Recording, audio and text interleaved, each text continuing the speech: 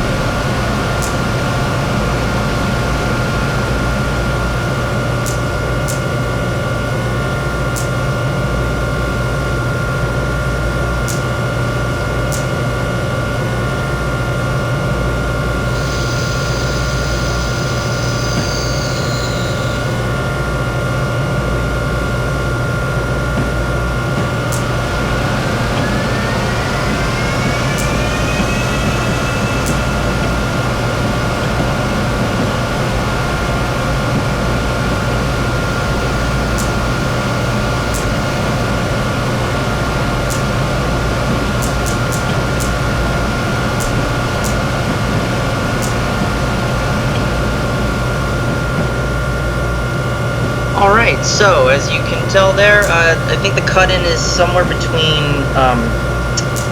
like 4 and 5 miles an hour or so. It's very slight. You can hear it when you're closer to the locomotive. That's probably something that I will update right after I finish recording this video, because I want that traction motor blower sound to travel a lot farther than it currently does. But that is ultimately a good demonstration of that feature. I think I actually learned a lot doing this specific update for this mod. So, and I'm really happy that I did, because now I can apply everything that I've learned about sound coding and commands to any other future sound mods I make for rolling stock. Now, another feature that I've added is I've added a internal idle sound, so that'll sound different. There you go. So there's your internal idle sound. Obviously muffled for the fact that the cab is somewhat soundproof.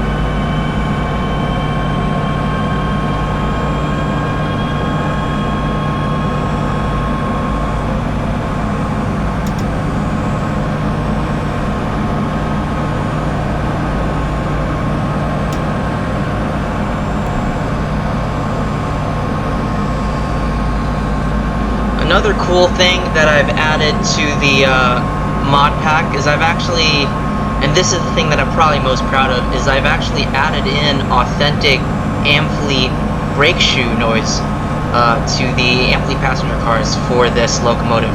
Again, this locomotive comes with the New York and New Haven DLC, so that's where you're gonna have to go to get these.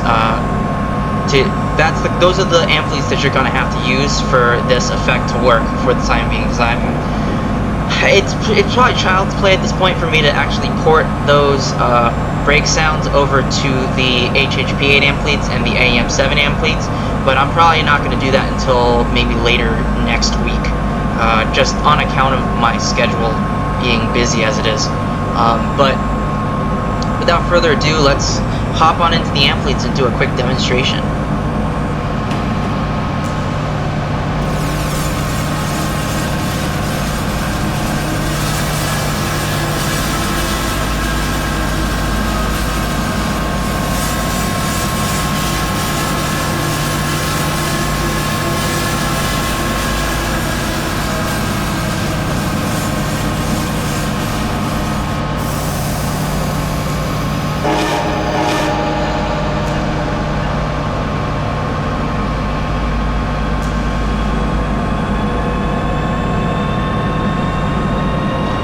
So, as you might have noticed, the brake sounds on the Amfleets are highly dynamic. There are several different control factors that affect how that sound plays. Obviously, the most basic control factor is the amount of pressure applied in the brake cylinder. So, that is going to dictate whether or not the sound plays at all. Secondly,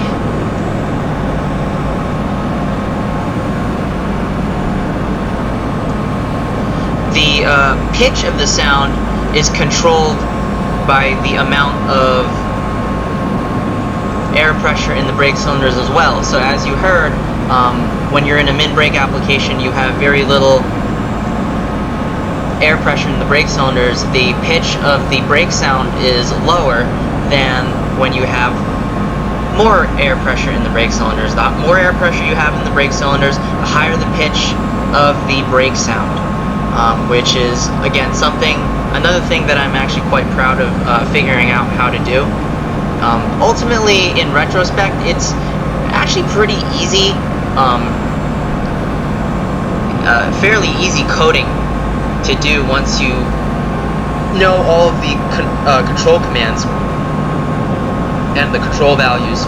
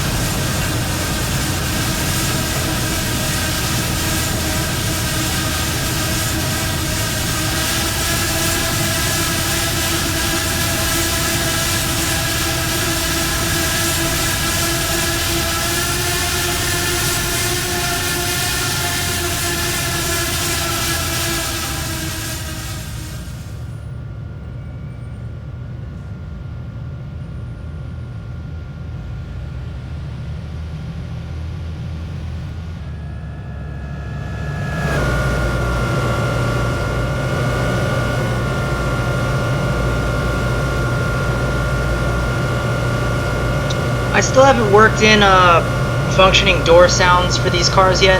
That probably the next update. I mean, door sounds are pretty basic to put in, so I'm not too worried about it.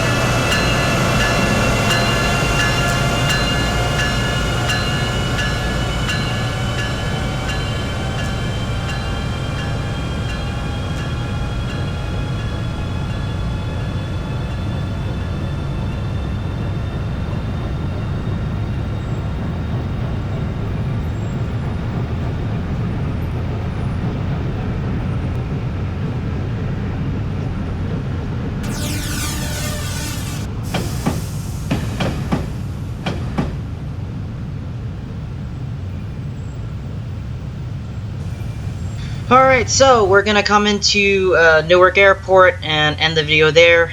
So I hope you guys enjoyed watching, and please do download the mod, excuse me. And if you have any suggestions, comments, don't feel shy. Share with me in the comment section.